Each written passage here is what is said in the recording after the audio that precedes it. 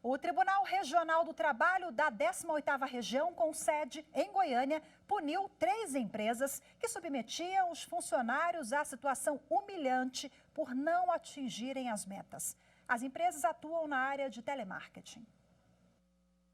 Um trabalho intenso e com abordagens agressivas. O serviço de telemarketing costuma exigir muito de quem atua nessa área. Mas em Goiânia, 3 empresas passaram dos limites na cobrança e praticaram assédio moral contra os funcionários. Na ação na Justiça Trabalhista, um dos funcionários afirmou que parte da equipe era submetida a situações humilhantes e vexatórias ao não atingir a meta de vendas do dia.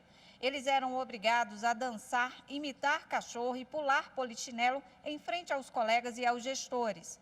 O ex-funcionário pediu indenização pelo assédio moral e reparação pelos salários pagos de forma fracionada e em atraso. As violações alegadas foram comprovadas e o Tribunal Regional do Trabalho da 18ª Região condenou 3 empresas de telefonia, sendo 2 terceirizadas por danos morais. O tribunal entendeu que houve violação dos direitos da personalidade, atingindo a honra e a condição social do trabalhador. Este especialista em gestão de pessoas explica que a empresa deve estimular o cumprimento de metas de forma saudável, garantindo a dignidade do trabalhador.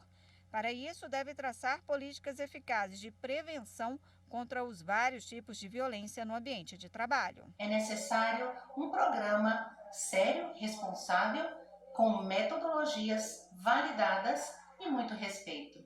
É muito importante saber que metas para serem alcançadas dependem de pessoas e pessoas exigem respeito. E para entender um pouco mais as normas que punem esse tipo de abuso, a repórter Carolina Chaves, ela conversou com a advogada trabalhista Vera Barbosa. Vamos acompanhar. Doutora Vera, muito obrigada pela participação aqui na TV Justiça. Eu queria que a senhora comentasse, depois dessa matéria que a gente acabou de assistir, o que diz a legislação quanto à responsabilidade do funcionário e até onde vai o limite de uma empresa ao exigir de seus funcionários o cumprimento de metas. Sim, é até muito comum as empresas exigirem cumprimento de metas de seus empregados. A grande questão é até onde vai esse direito do empregador e aonde ele passa a abusar. Na realidade, o que a gente entende como passível de ser indenizado é quando existe cumprimento de metas abusivas, aquelas que jamais serão conseguidas atingir, pressão dos empregados para cumprimento de metas com possibilidade de ameaças de demissão, de dispensa, aplicação de penalidades. Essa pressão que aí pode realmente ensejar até problemas psicológicos dos empregados. E aí tem alguma questão aí que ficou recente aí divulgada, pela mídia, foi a questão de um julgamento que reconheceu o dano moral por também colocar aqueles empregados que não cumpriam a meta ao pagamento de prendas. Então, ou seja, também expõe aquele empregado, que tem que ser feito até a empresa, eu entendo que é possível, a empresa dá premiação para aqueles que conseguem atingir a meta, mas nunca realmente denegrir a imagem daqueles que ficaram por último, Aí realmente o entendimento é que seja dano moral quando a empresa abusa dessa situação. Quais os direitos do trabalhador foram violados numa situação como essa? A dignidade, a moral, talvez pode até pensar a tipo de pressão, se isso ensejou alguma doença ocupacional, algum problema psicológico, um transtorno de ansiedade, outras questões. Agora, doutora, quando isso acontecer, o que é que o funcionário ele deve fazer? Como ele deve juntar provas ou baixa a palavra dele, o depoimento dele e de outros colegas? Ele vai ter que comprovar. Primeiro, se foram metas abusivas, comprovar que não é possível atingir as metas estabelecidas pelo empregador, que havia de fato pressão.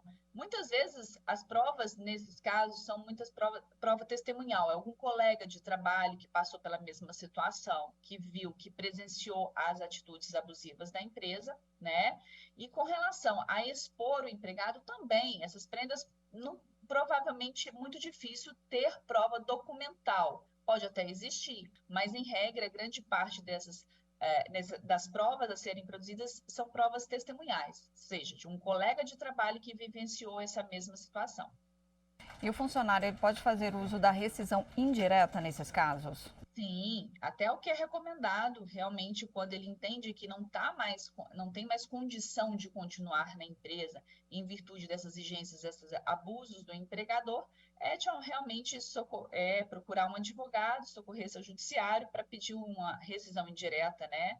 E aí realmente o advogado vai entender ou então orientá-lo da melhor forma se ele continua trabalhando, se ele para de trabalhar, né?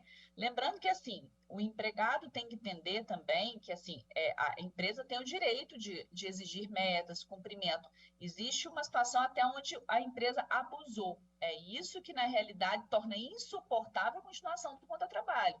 Realmente é um abuso que o empregado não consegue mais trabalhar. Então, isso tem que ser realmente bem nítido, tá?